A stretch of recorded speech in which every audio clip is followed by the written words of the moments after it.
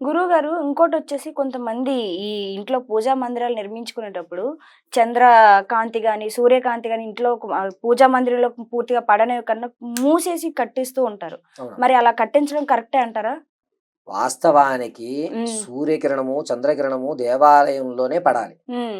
మన దగ్గర యంత్రాలు లేవు కదా! హ్మ్. యంత్రాలు ఉంటే పడే విధంగా ఖచ్చితంగా పెట్టుకోవాలి. హ్మ్. యంత్రాలు లేకపోతే మీరు ఎలాగైనా కట్టుకోండి. దానికి కట్టుకోవచ్చంటారు. అభ్యంతరం లేదు. హ్మ్. కానీ యంత్ర ప్రామాణి ఇప్పుడు మా ఇంట్లో ఒక యంత్రం ఉందండి గురుగారు అన్నారనుకోండి. యంత్రం ఉంది అంటే ఖచ్చితంగా సూర్యకిరణం పడేలా చూసుకోవాలి. హ్మ్. చాలా మంది వరకు ఏం చేస్తారు యంత్రాలు ఉన్నా సరే ఆ 10 నిమిషాలు వేసి మళ్ళా డోర్ క్లోజ్ చేసేస్తారు. హ్మ్. అది పనికిరాదు. హ్మ్. ఖచ్చితంగా యంత్రం ఉంది అంటే హ్మ్. మీరు సూర్యకిరణాలు, చంద్రకిరణాలు లోపల పడే విధంగా చూడవలసిందే. హ్మ్. అది విషయం. ఇంకోటొచ్చేసి మరి తలుపుల మీద కొంతమంది అందంగా కనిపించాలి అననేసి గుడిలో ఉండే గంటల్ని నిర్మిస్తూ ఉంటారు. చిన్న అవును. చిన్న గంటల పద్ధతిలోని. అలా గంటల టైప్‌లో పెట్టుకోవచ్చంటారా? పెట్టుకోవచ్చండి. హ్మ్. దానివల్ల వచ్చే ఇబ్బంది ఏమీ లేదు. హ్మ్. గంట శబ్దము అనేటువంటిది దేవుడి మందిరంలో ఉన్నటువంటి వ్యవస్థకి హ్మ్. ఎట్టి ఆక్షేపణ ఉండదు. ఎందుకు హ్మ్. అనంటే ఇల్లు ఎప్పుడు కూడా నిద్రపోకూడదని సామెతండి. హ్మ్.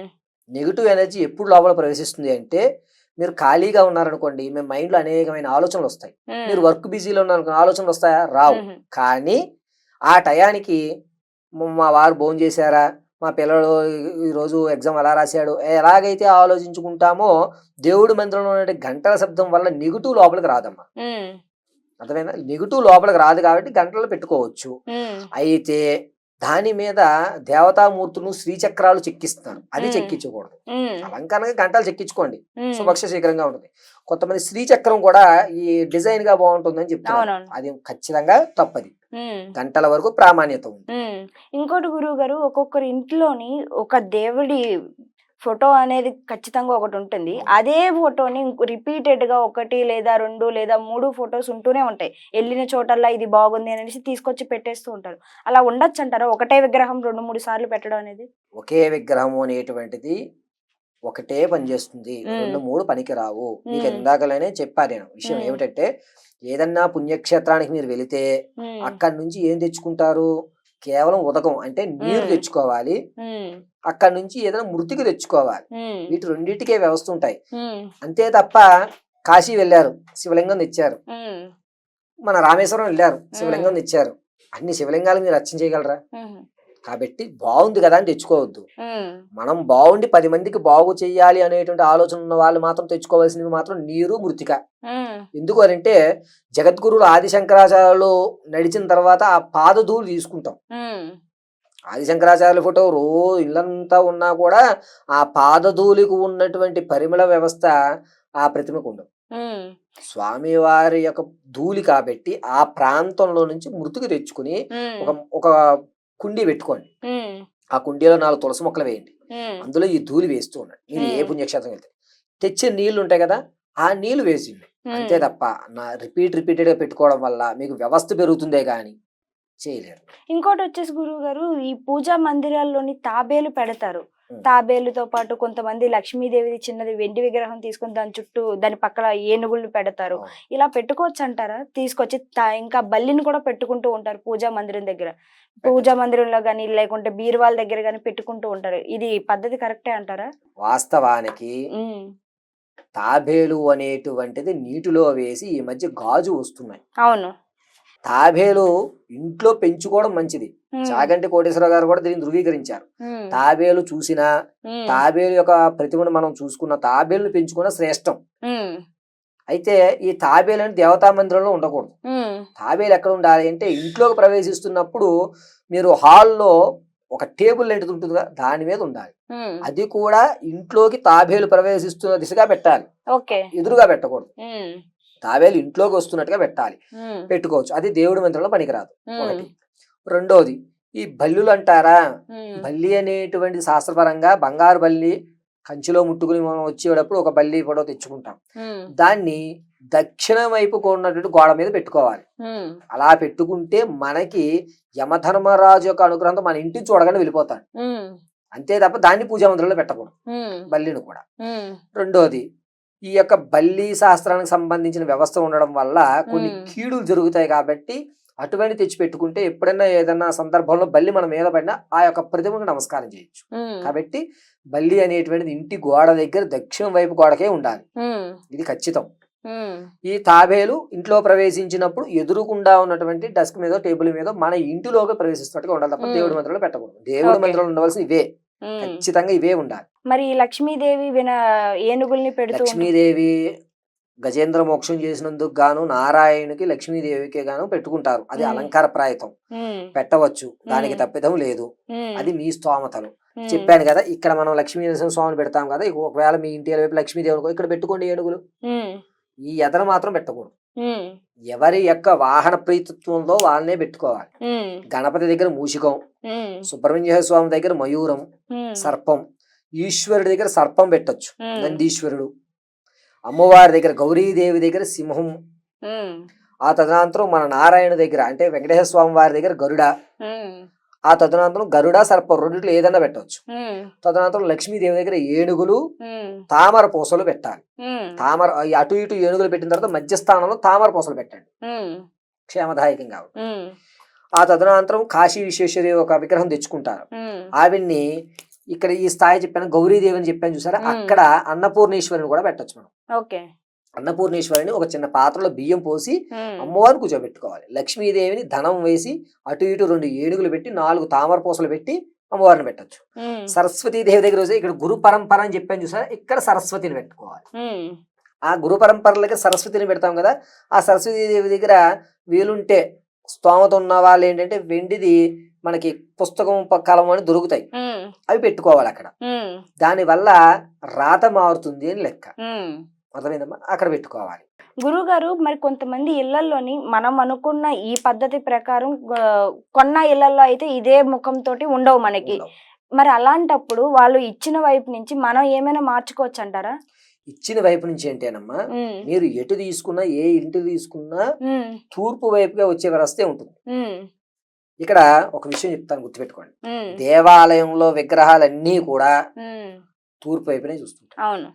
ఎందుకంటే సూర్యుని యొక్క కిరణాలు నేరుగా స్వామివారి పాదాలను పడి ఆ కింద యంత్రం అనేటువంటి ప్రతిష్ఠ చేస్తాం. ఉమ్, ఆ యంత్ర ప్రతిష్ఠ, ఇది చదివేటువంటి శబ్దము మంత్రము, ఇవి రెండూ కూడా మిళితమయ్యి ఉమ్, స్వామివారి యొక్క తేజస్సు ఉద్భవమయ్యి స్వామివారి యొక్క తేజస్సు ఎదురుకొండా ఉన్న ధ్వజస్తంభానికి చేరుతుంది. ఉమ్, అందుకే మనకు అక్కడ దేవాలయంలో పాజిటివ్ వైబ్రేషన్స్ ఉంటాయి, నెగిటివ్ మ్మ్. ఉండవు. ఎందుకంటే మ్మ్. ఎప్పుడు నిత్యము ఏదో ఒక స్మరణ జరుగుతూ ఉంటుంది. ఉమ్, మీకు ఇంకొక విషయం ఏంటంటే, తిరుపతి వెళ్ళారనుకోండి, గోవిందా అని ఎవరో ఎక్కడో పలికితే మీరు ఆటోమేటిక్గా అంటారు గోవిందా అవును. గోవిందా అంటుంటారు.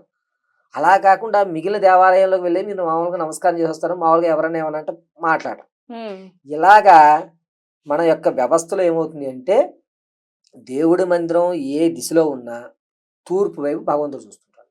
ఉమ్, అర్థమైందమ్మా. ఉమ్, మన ఇండ్లలో దగ్గరికి వచ్చేసరికి ఏమవుతుందంటే పడమట వైపు అవును. స్వామివారిని పెట్టి ఈయన కూడా తూర్పు వైపు చూసుకుంటాం. ఉమ్, మనం సచిన వ్రతాలు చేస్తున్నాం అనుకోండి, ఉమ్, మనం తూర్పుని చూస్తాం, స్వామివారిని పడమట వైపు చూపిస్తాం. ఇలా పెట్టుకోవడమే శాస్త్రం. ఉమ్, దేవాలయం అయితే ఈ ప్రాంగణం మొత్తం మారిపోతుంది, ఇప్పుడు ఇక్కడ ఉంటుంది ఉమ్, దేవాలయంలో, ఇది ఉమ్, వేరు. ఉమ్. ఇది కథ. ఇంకోటి గురుగారు, మరి ఇంట్లోని దీపారాధన చేయడం కోసం దీపపు కుందులు అనేవి పెడుతూ ఉంటారు. కొంతమంది అలంకరణ కోసం ఎక్కువ దీపాలు వచ్చేటట్టు కుందులు కూడా పెట్టుకుంటూ ఉంటారు. అసలు ఎన్ని దీపాలు వచ్చేటట్టు దీపపు కుందులు పెట్టుకోవడం బెటర్ అంటారు? వాస్తవానికి పూజ చేసే పద్ధతులు 3 ఉంటాయండి. ఉమ్, మీరు ఎన్ని దీపాలు వెలిగించారనేది ప్రామాణ్యం కాదు, ఉమ్, ఎంత భక్తితో చేశామనేది ప్రామాణ్యం. ఉమ్, ఒక విషయం ఏమిటంటే, కోతి పిల్లను వదిలేసి వెళ్ళిపోతుంది, ఉమ్, పిల్ల వెళ్ళి తల్లిని పట్టుకోవాల్సిందే. ఉమ్, మనం చేసే పూజ అది. ఏమిటంటే దేవాలయానికి మనం వెళ్ళి అమ్మ నాకు అది కావాలి, అమ్మ నాకు ఇది కావాలి, అమ్మవారు నేను కారు కొనుక్కుందాం అనుకున్నాను అని మనం వెళ్ళి అడుగుతాం, అంటే కోతి ప్రేమ.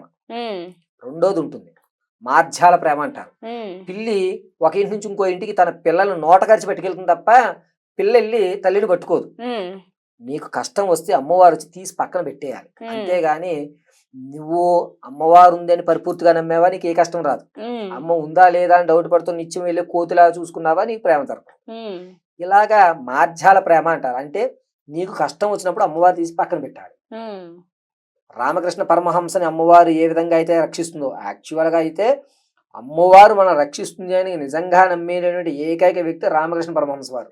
ఉమ్, అలా ఉండాలి ప్రేమ భక్తి అనేది. ఉమ్, ఎన్ని దీపాలు పెట్టారు, 5 ఒత్తులు వేశారా, ఒత్తులు కలిపారా, దాన్ని నలిపారా, ఎరుపు వస్తువులు వేశారా, ఇది కాదండి. ఉమ్, దీపారం దేంట్లోనే చేయండి, కానీ ప్రథమంగా చేయవలసింది ఇంకొక అనుమానం ఉంది ఇందులో. ఉమ్, దీపారంలో ఒత్తులు ముందు వేయాలా, నూనె ముందు వేయాలా, ఉమ్, ఇది కాదండి.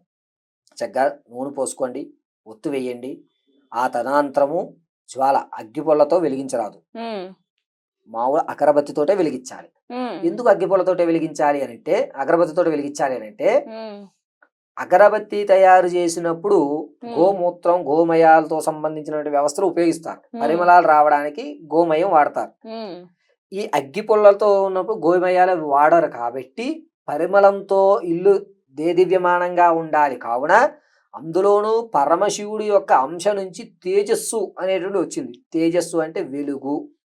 ఆ వెలుగు సుబ్రహ్మణ్య స్వామి వారు కావున అపవిత్రం చేయకుండా అగరబత్తి పరిమళంతో ఉన్నటువంటి అగరబత్తి అంటే నా ఇల్లు 10 మందికి సహాయం చేసే విధంగా వెలుతూ ఉండాలి అనే ఉద్దేశంతో అగరబత్తిని తీసుకుని ఆ దీపజ్వాల వెలిగించిన తర్వాత గంధం బొట్టు కుంకుమ బొట్టు పెట్టి అక్షతలు వేసి మీ గోత్రం చెప్పుడు ఒక పుష్పం పెట్టుకోవాలి. అది ప్రథమం. ఎన్నెన్నా పెట్టుకోండి. కాకపోతే మనస్ప్రశాంతంగా అనుకున్నటువంటి కార్యక్రమం నిర్వర్తించవయ్యా, నన్ను నా కుటుంబాన్ని రక్షించవయ్యా అని చెప్పి 2 ఒత్తులు ఏకం చేసి అటొకటి ఇటొకటి పెట్టడము చాలు. ఇంకా అలంకరణలు అంటారా, ఈ మధ్యలో చూసుకోవాలి కాబట్టి చెప్పుకుంటున్నారు. ఇదే ఉండాలి అని లేదు. మీ అలంకరణ ఏదన్నా పెట్టండి, కానీ మనసు మాత్రం దీపారాధన మీద పెట్టండి. చేస్తున్న 10 నిమిషాలు సుబ్రహ్మణ్య స్వామి వారే అందులో ఉన్నారు అని చెప్పి భావించుకుని వెలిగించుకోవాలి. అప్పుడు ఆయన క్షేత్రానికి మనల్ని పాలకులను చేస్తారు. క్షేత్ర పాలకుడుగా సైన్యాధిపతిగా సుబ్రహ్మణ్య స్వామి ప్రథమంగా నమస్కారం చేసి దీపం పెట్టుకుని గణపతి పెట్టుకుంటారు. పూజ కూడా చాలా మంది వారు ఏ విధంగా ఆచరిస్తేనే ఫలితాలు వస్తాయి. అసలు మొట్టమొదటగా పూజా విధానంలో చెప్తాను. కూర్చునేటప్పుడు ఉండవలసిన ప్రాధాన్యాలు పసుపు, కుంకుమ, గంధము, అక్షతలు, నీళ్లు, ఇవి ప్రథమంగా ఉండాలి. ఆ తదనంతరము ముందుగా అక్షతలు తీసుకోవాలి. దీపాలు వెలిగించడం కాదు, ముందుగా ప్రథమంగా అక్షతలు చేతిలో పట్టుకుని గం గణపతయే నమః అని చెప్పుకుని, లేదా శుక్లాంబరధరం విష్ణు వస్తే అది చెప్పుకుని గణపతి దగ్గర 2 అక్షతలు పెట్టి నమస్కారం చేసుకుని, అగ్రతాంబూడాధిపతి కాబట్టి గణనాథ నీ దగ్గర నమస్కారం చేస్తున్న 2 అక్షతలు ఆయన దగ్గర విడిచిపెట్టి అప్పుడు సుబ్రహ్మణ్య స్వామి అయినటువంటి దీపారాధన గావించి ఆ తర్వాత ఆచమనం చేయాలి. ఆచమనం చేసిన తదనంతరమే తిది వార నక్షత్ర యుక్తాలు చెప్పుకుని నీ గోత్రము పేరు చెప్పుకుని అప్పుడు పూజ ప్రారంభం చేయాలి.